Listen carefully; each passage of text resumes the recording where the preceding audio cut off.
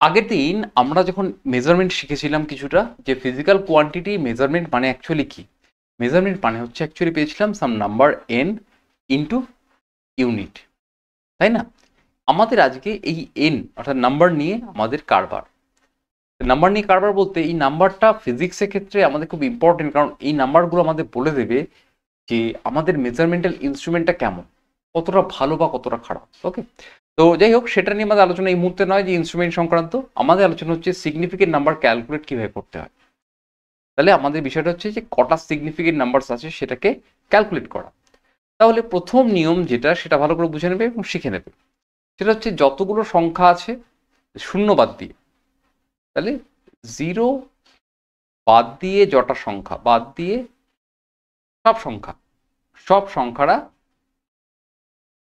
কি হবে, significant number বা সিগনিফিকেন্ট ফিগার এসে।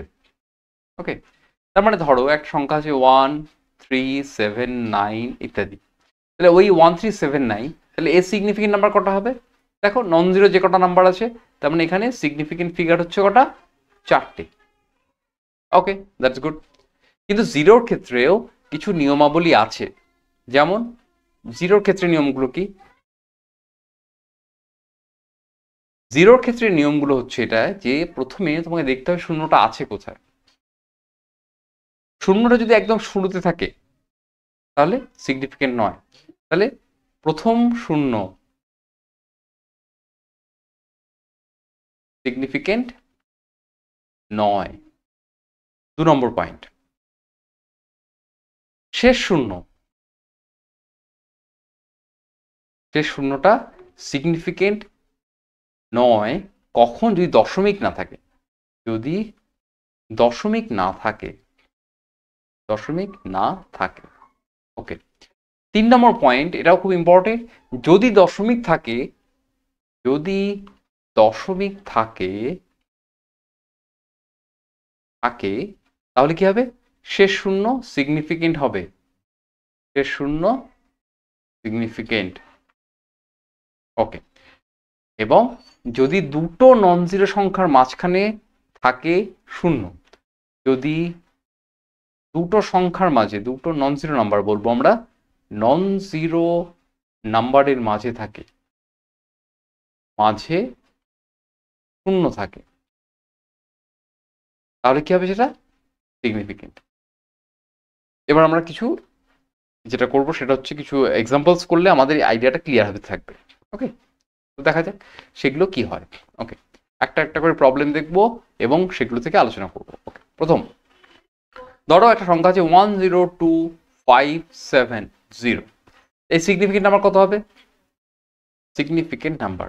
ওকে, পজ করে করে ফেলো। আমার মনে হয় তোমাদের হয়ে গেছে। এবার দেখো এই সিগনিফিকেন্ট নাম্বার কটা হবে। 1 2 5 7, এটা সিগনিফিকেন্ট মানে চারটে হলো। এই শূন্যটা, এই শূন্যটা কি আছে, দুটো নন জিরো সংখ্যার মাঝখানে আছে, মানে এটাও সিগনিফিকেন্ট। কিন্তু এই সংখ্যাটা সিগনিফিকেন্ট নয় কারণ এর পরে কোনো দশমিক নেই এবং শেষ শূন্য। তাহলে এর সিগনিফিকেন্ট নাম্বার কটা হলো, 5টা। ওকে, সিম্পল, খুব সহজ। তৃতীয় একটা প্রবলেম, এটাও তোমরা নিজেরা করার চেষ্টা করো পজ করে। 302.0 কটা সিগনিফিকেন্ট নাম্বার হবে বলো? একটা, দুটো, তিনটে, চারটে, চারটে, তাই না? কিন্তু দশমিকের পরে শূন্য আছে, সুতরাং সিগনিফিকেন্ট।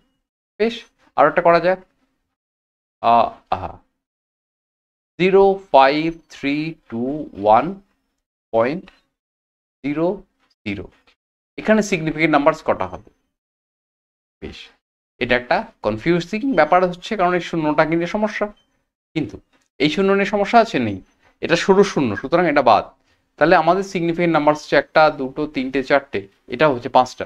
তাহলে এটা, এটাও মনে রেখো যে দুটো সিগনিফিকেন্ট নাম্বারের মাঝখানে যদি যাই থাকুক না কেন, শূন্য থাকুক, 1 থাকুক, 5 থাকুক, তাহলে তারা সিগনিফিকেন্ট হবে। এটা অবশ্যই সিগনিফিকেন্ট। তাহলে কটা হলো, একটা, দুটো, তিনটে, চারটে, পাঁচটা, 6টা, 6। ওকে, দ্যাটস গুড। আরো একটা প্রবলেম করব। ধরো এরকম আছে 5003.11320, এক্ষেত্রে কত হবে এটা তোমরা চট করে করে ফেলো, বলে দাও। এটা এটা এটা এটা এটা এটা এটা সিগনিফিকেন্ট। এবার শূন্যগুলো দেখো, এই শূন্যগুলো আছে দুটো নন জিরোর মাঝখানে, তাই না? তাহলে এটা সিগনিফিকেন্ট, তাহলে এটাকেও সিগনিফিকেন্ট হতে হবে। এবং এটা তো দশমিকের পরে শেষ শূন্য, এটাও সিগনিফিকেন্ট হতে হবে। তাহলে কটা হলো? 1 2 3 4 5 6 7 8 9টা, 9টা সিগনিফিকেন্ট। ওকে, তাহলে এইভাবে আমরা সিগনিফিকেন্ট ফিগার্স কাউন্ট করবো। এটা কোথায় কাজে লাগবে? এটা ছোট্ট একটা প্রবলেম, আরো একটা প্রবলেম করে দিই, সেটা বুঝতে পারবে। ধরে নাও তোমাকে বলা হলো একটা কিউব আছে, চলো কিউব না, আমরা স্কোয়ার দিয়ে কাজ করি। ছোট প্রবলেম, সিম্পলি এর অ্যাপ্লিকেশনটা বোঝার চেষ্টা করি।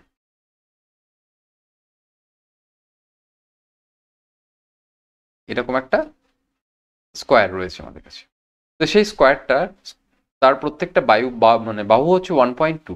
ওকে, 1.2 মিটার করে ধরো। তো তোমাকে বলা হলো এর ক্ষেত্রফল বের করো। ক্ষেত্রফল কত? এটা তোমরা ছোটবেলা থেকে করে এসছো, ক্ষেত্রফল খুব সহজ। এর ক্ষেত্রফল কত হবে? 1.2 ইন্টু 1.2। ক্যালকুলেট করে কত পাবো? ক্যালকুলেট করে পাবো হচ্ছে 1.44। ওকে, ম্যাথামেটিক্সে এটা okay, this right in terms of mathematics. Math কি বলছে এটা ওকে, ক্যালকুলেটরও এটাই দেবে। কিন্তু এটা ঠিক হলো না ফিজিক্সের মেজারমেন্টের জন্য। কেন?